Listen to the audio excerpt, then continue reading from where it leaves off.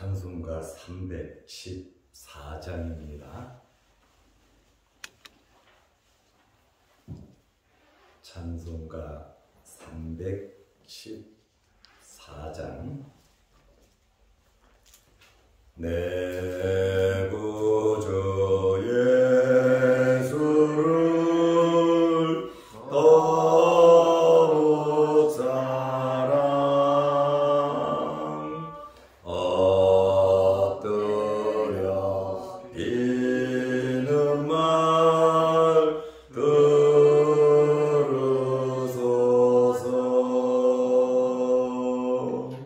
내 진정 소원이 내 구주 예수를 더욱 사랑 더욱 사랑.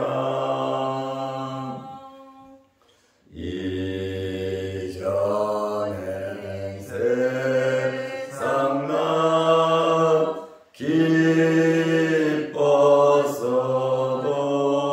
기뻤어도 지금 내 기쁨은 오직 예수. 나만 내비는 말 내 구주 예수를 더욱 사랑 더욱 사랑. 이 세상 떠날 때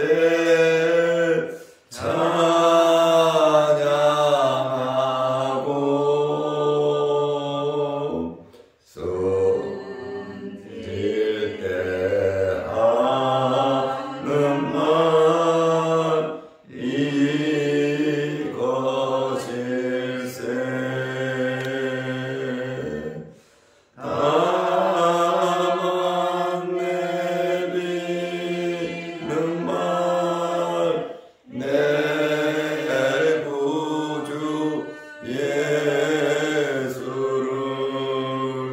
더욱 사랑 더욱 사랑. 아멘. 사도신경으로 우리의 신앙을 고백하겠습니다. 전능하사 천지를 만드신 하나님 아버지를 내가 믿사오며 그 외아들 우리 주 예수 그리스도를 믿사오니 이는 성령으로 잉태하사 동정녀 마리아에게 나시고 본디오 빌라도에게 고난을 받으사 십자가에 못 박혀 죽으시고 장사한 지 사흘 만에 자 가운데서 다시 살아나시며 하늘에 오르사 전능하신 하나님 우편에 앉아 계시다가 저리로서 산자와 죽은 자를 심판하러 오시리라. 성령을 믿사오며 거룩한 공회와 성도가 서로 교통하는 것과 죄를 사하여 주시는 것과 몸이 다시 사는 것과 영원히 사는 것을 믿사옵나이다.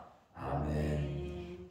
하나님의 말씀 마가복음 12장 6절에서 8절 말씀까지 보겠습니다.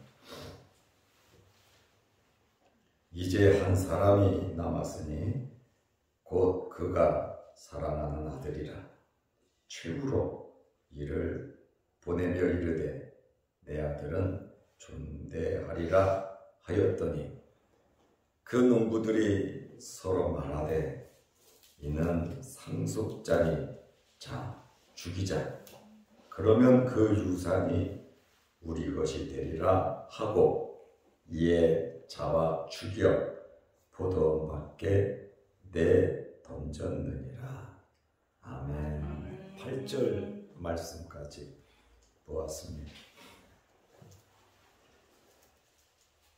포도원 농부들은 대단한 착각을 했고 받은 은혜, 받은 사랑, 특별한 선택을 저버리고 말았습니다. 포도원 주인과 농부들과 계약을 맺었지요. 멀리 타국에 가면서 추수가 되면 일정량을 주기로. 그렇죠. 포도원 다 만들어 놓고 농부들에게 준 게 아니고 새로 맡겼다 이렇게 말을 하고 있거든요. 그러면 농부들이 열심히 일을 해서 많은 것을 추수하면 자기들의 소득도 많고 주인에게도 많은 것을 줄 수 있죠. 이제 추수 때가 돼서 주인이 종을 보내서 약속한 대로 소득의 일부를 주라 그랬더니 두드려 패버리는 거예요. 다른 종을 보내니까 머리통을 깨버리는 거예요. 다른 종을 보내니까 또 잡아 죽이는 거예요. 이 포도원 농부들이 대단히 착각을 하고 포도원 주인이 멀리 떠나 있다고 해서 자기들이 모든 것을 할 수 있는 것이냐 착각을 한 것이죠. 주인은 새로 준 거예요. 주인은 맡긴 겁니다. 나 아니면 우리 아니면 안 돼. 이 농부들이 아마 그렇게 서로 뭉쳐가지고 우리가 이 포도원을 지키자. 이 포도원을 우리 거로 만들자. 세상의 주인이 모든 요건을 다 만들어 놓고 새로 줬는데 착각을 한 거죠. 대단한 착각을 하고 있었어요. 이제 포도원 주인이 마가복음 12장 6절 말씀에 보면 이제 보낼 사람이 한 사람 남았다. 이는 내가 사랑하는 아들이다 이거예요. 내 외아들, 최후로 내 아들을 보내면 내 아들은 존대할 것이다. 그래도 종과 아들은 다르죠. 아들을 보내면 그래도 사랑하는 내 아들을, 농부가 그러잖아요. 사랑하는 내 아들을 보내면 존대할 것이다. 예의를 갖추고 자기들의 잘못을 인정하고 수출의 일부를 줄 것이다. 그러니까 끝까지 주인은 농부들을 믿었고 농부들에게 계속해서 기회를 주었다라고 하는 것을 알 수가 있습니다. 첫 번째 종을 보내서 두드러 패서 돌려보냈을 때 이놈들 싸가지가 없네 하고 주인이 엎어버린 게 아니라 다른 종들을 또 보내고 죽이니까 또 다른 종들을 보내고 끝까지 기회를 줬지만 그것을 받아들이지 않으니 최종적으로 자기 아들, 사랑하는 아들을 보내면 존대하리라. 종들에게는 그렇게 때리고 죽이고 할 수 있어도 아들은 설마 내 아들은 그렇게까지 하겠는가? 깨닫지 않겠는가? 마지막 기회 주는데 인간이라면, 사람이라면 이렇게까지 행해줬는데 내 아들에게 어떻게 하랴? 하고 사랑하는 아들을 보냈어요. 아들은 주인하고 동격이지요. 아들은 모든 유산을 물려받을 자지요. 그리고 모든 권한을 갖고 있지요. 주인이 온 것과 똑같은 대리자로서 아들이 포도원에 간 것이죠. 주인은 끝까지 참으면서 사랑하는 아들을 보냈다, 그 말입니다. 하나님께서 우리를 사랑하시고 우리들의 부족함과 연약함을 아시면서도 끝까지 참고 기회를 주시는 것과 같습니다. 내가 이번에 이것을 못했는데 다시금 할 수 있도록 하나님께서 기회를 주시고, 그거를 또 못했음에도 불구하고, 감당하지 못했음에도 불구하고 하나님께서는 또 기회를 주시는 분이시다, 그 말씀이에요. 한 번에 무자르듯이 잘라버리시는 분이 아니라 포도원 주인이 포도원을 맡긴 것처럼 하나님께서 우리에게 태어나서 죽을 때까지 하나님의 것을 맡겼단 말이에요. 자식도 맡긴 거예요. 물질도 맡긴 거예요. 우리 생명도 맡긴 거예요. 우리의 재능도 맡긴 거예요. 하나님께서 주신 거예요. 우리가 우리 중심으로 살아간다면, 내가 살려고, 나만 살려고 욕심을 부리면서 살아간다면 여기 농부들과 다를 바가 없다는 거예요. 내 생명도 재산도 재능도 나의 모든 것이 하나님 아버지의 것인데 내 것인 것처럼 착각하면서 우리는 살아가면 안 되는 겁니다. 포도원 주인에게, 하나님께 영광을 돌리면서 우리는 살아가야 되는 것입니다. 내 아들은 존대할 줄 알고 믿었지요. 징벌을 통한 방법이 아니라 사랑의 방법으로, 하나님은 관용의 방법으로 자꾸 다시 한 번 더 기회를 주는데, 최종적으로 마지막 카드가 아들이죠. 주인이 나설 때는, 나서면 초전 박살나는 겁니다. 중동이 끝나는 거예요. 그러니까 최종적으로 아들까지 보내면서 기회를 준 것이지요. 하나님께서 종들을 많이 보냈잖아요. 선지자들을 많이 보냈잖아요. 약속 지키라고, 말씀대로 살으라고. 그런데 대부분의 선지자는 맞아 죽었습니다. 순교를 했습니다. 어려움을 당했습니다. 이스라엘 사람들이 하나님의 마음을 모르고 하나님의 사람도 모르고 특별히 아브라함을 선택해서 엄청난 민족을 이루어 주셨음에도 불구하고, 하나님의 선택받은 백성임에도 불구하고 그들은 하나님의 언약, 하나님의 약속을 파기하면서 우상을 섬기고 죄악을 범하고 하나님을 떠나고 하나님께 영광을 돌리지 않고 자기들 중심으로 살았고, 바른 말하는 선지자들은 거의 다 잡아 죽였습니다. 최종적으로 예수 그리스도까지 보냈잖아요. 내 아들을 보내면, 성경에 예언된 내 아들을 보내면, 구약에 이미 약속된 내 아들을 보내면 내 아들만큼은 받아들이겠지. 다른 종들은 죽였다 할지라도 내 아들은 받아들이겠지. 하나님은 그러한 사랑의 마음을 가지고 계셨습니다. 그러면 아들을 본 농부들의 반응이 어떠했는가? 아들을 보고 깜짝 놀라서 잘못했습니다, 우리가 정말 잘못했습니다, 회개했냐? 그렇지 않았어요. 엄청난 착각을 하고 김칫국부터 마신 것을 알 수가 있습니다.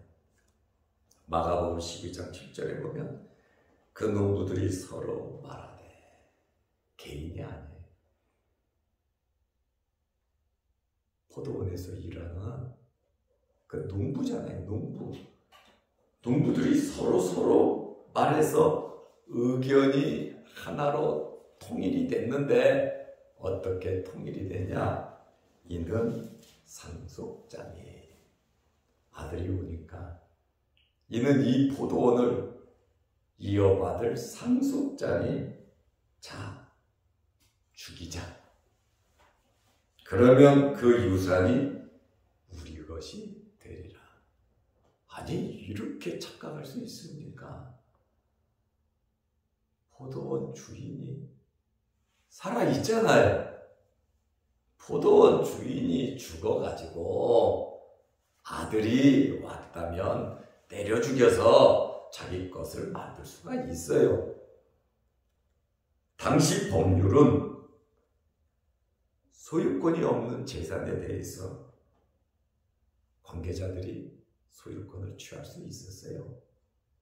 포도원 주인이 없고 아들이 죽으면 그 재산, 지금 포도원에서 일하는 사람들이 소유권을 얻을 수도 있는 법이 있어요. 그런데 법이라고 그런 법을 생각하면 사람을 죽인 그 죄에 대해서는 어떻게 할 거냐 그거고, 그 다음에 주인이 시퍼렇게 눈이 살아있는데 아들 죽인다고 해서 소유권이 자기들에게 온다? 그죠? 이것은 정말 엄청난 착각도 그런 착각이 없어요. 포도원 주인이 죽었으면 아들 죽여가지고 이거 유산 받을 사람이 없네. 우리가 일하고 있으니 우리 거. 이거 가능해요. 그 당시에는 법률로 그게 가능했습니다.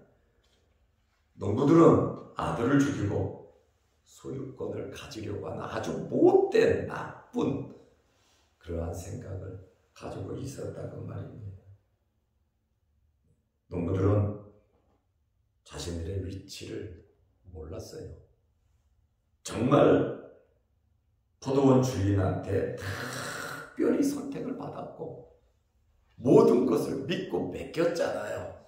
믿고 맡겼는데 새로 줬는데 주인 행세하면 되겠습니까? 열심히 일을 해서 자기도 먹고 저 자식도 먹여 살리고 더 잘 이렇게 벌어서 자기들도 포도원을 좀 만들어서 발전해 갈 수도 있잖아요. 그럼에도 불구하고 주인을 무시하고 약속을 어기고 정당한 것을 요구하는데도 때리고 죽이고 아들까지 죽이는 그러한 일을 자행했다 그 말입니다.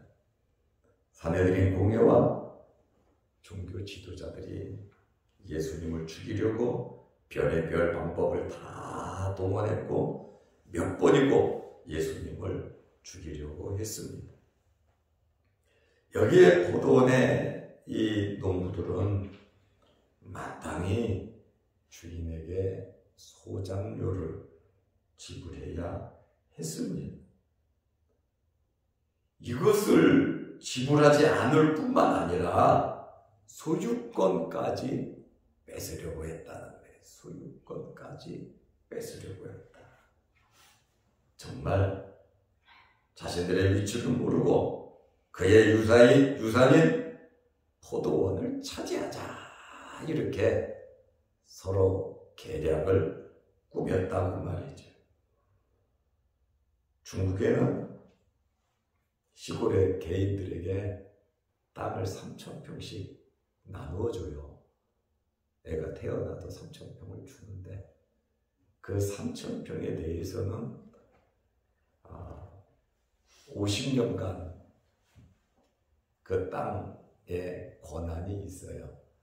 그런데 연세 드신 분들이 농사를 지을 수 없잖아요. 그래서 그 땅을 빌려줘요. 그러면 다른 사람들이 농사를 지을 거 아니에요.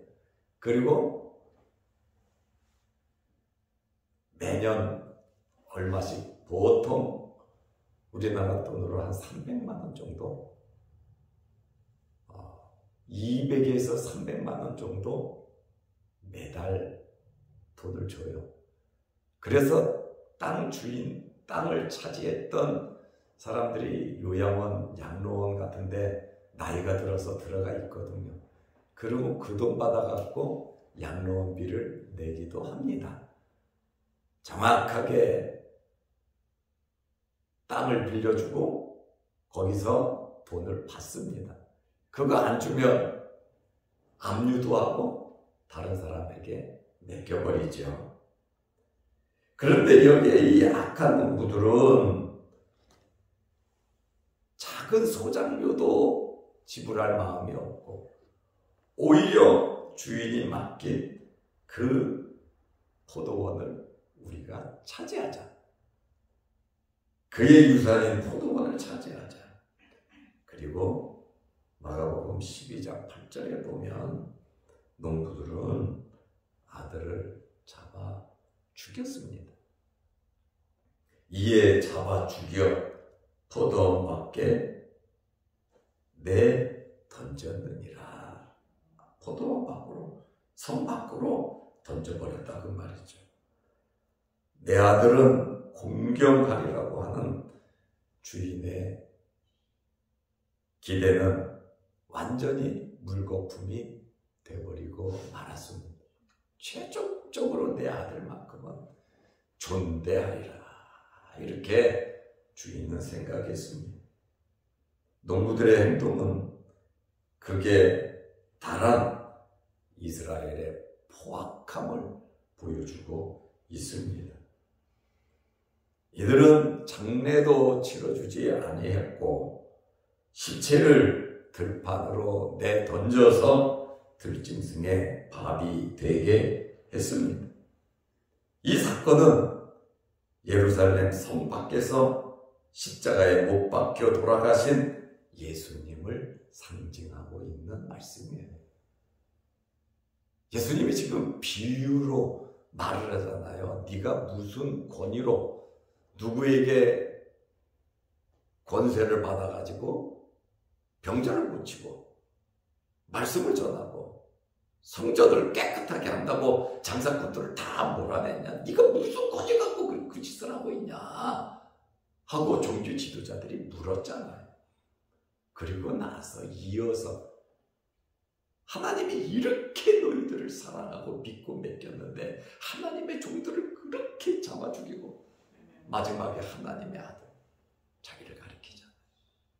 내가 왔음에도 불구하고 너희는 나를 잡아 죽일 것이다. 어디에서? 성 밖에서 십자가에 달아 죽일 것을 예수님께서 비유로 대놓고 그들에게 말씀을 하고 있잖아요. 그러면 생각해 보세요. 포도원 주인이 가만히 있겠습니까? 포도원 주인은 바보입니까? 포도원 주인은 모든 것을 다 가지고 있어요. 그에게 모든 권한이 있고 권세가 있어요. 그러면 믿고 맡겼는데 약속한 거 지키지 않고 최소한의 약속도 지키지 않고 그 약속을 지키라고 말하는 종들을 보내면 다 잡아 죽이고 때리니 아들까지 보냈는데 아들까지 죽인 그 포도원 농부들을 가만히 둬야 되겠냐 그 말이에요. 주인은 지금 살아있어요. 주인은 힘이 있어요. 이렇게 농부들이 착각을 하다가 나라가 망하잖아요. 완전히 망하잖아요. 엄청나게 망하잖아요. 오늘 우리는 이러한 말씀을 보면서 하나님께서 우리에게 여러 번의 기회를 자꾸 주시죠. 우리는 농부들과 같아요. 하나님의 것을 가지고 태어나서 이제 모든 것을 놓고 우리는 하나님께 가야 돼요. 모든 것이 주인의 것이란 말이에요. 최소한의 영광을, 약속을, 계명을, 말씀을 지키면서 우리는 살아가야 하는 거예요. 욕심이 앞을 가리면 감사, 은혜에 대한 감사를 모르면 이 농부들처럼 돼버리고 마는 겁니다. 나도 모르게 세월을, 허송 세월을 보내고 마는 겁니다. 우리 하나님 앞에서 우리는 농부라고 하는 사실을 잊지 말고 아버지께서 주신 것을 가지고 정말 열심히 살아서 아버지께 많은 것 드리고 우리도 많은 것을 받아서 우리 자녀 손들이 잘 될 수 있도록, 그것이 법칙이잖아요. 하나님 말씀대로 우리의 위치를 지키면서 살아가시는 여러분들이 되시기를 바랍니다. 기도하겠습니다. 하나님 아버지, 이러한 비유를 통해서 우리에게도 하나님의 사랑과 하나님의 인내와 하나님께서 기회를 주시는 것을 알게 하여 주옵소서. 예수 그리스도로 만족하게 하시고 내가 태어나서 죽을 때까지 살아가는 이 일생 동안 하나님의 은혜인 것, 하나님의 것을 가지고 살아가고 있다는 사실을 고백하게 하시고 하나님의 말씀대로 하나님 기뻐하시는 일을 하며 살아가게 하여 주시옵소서. 오늘 이 새벽에도 여러 가지 기도 제목으로 기도합니다. 하나님의 사랑에, 하나님의 은혜에 감사하면서 살아가게 하여 주옵소서. 우리 자신들의 삶이 바쁘고 고달프고 힘들다 할지라도 하나님의 말씀대로 순종하며 살아가면서 하나님께서 주시는 복을 받아 누리게 하옵소서. 하나님께서 복을 주셔야 우리가 잘 되는데 농부들처럼 욕심에 또 은혜를 모르고 감사하지 못하며 살아갈 때가 참 많습니다. 하나님의 은혜를 구하오니 우리에게 크신 은혜와 복을 내려 주옵소서. 또한 영상을 보며 함께 말씀으로 은혜를 나누는 성도들에게도 크신 복을 내려 주옵소서. 관절기에 우리 몸 상하지 않도록 하나님께서 건강으로 지켜주옵소서. 예수님의 이름으로 기도드리옵나이다. 아멘. 하늘에 계신 우리 아버지여, 이름이 거룩히 여김을 받으시오며 나라의 마옵시며 뜻이 하늘에서 이룬 것 같이 땅에서도 이루어지이다. 오늘날 우리에게 일용할 양식을 주옵시고 우리가 우리에게 죄 지은 자를 사하여 준 것 같이 우리 죄를 사하여 주옵시고 우리를 시험에 들게 하지 마옵시고 다만 악에서 구하옵소서. 대개의 나라와 권세와 영광이 아버지께 영원히 있사옵나이다. 아멘. 자유롭게 기도하시기 바랍니다.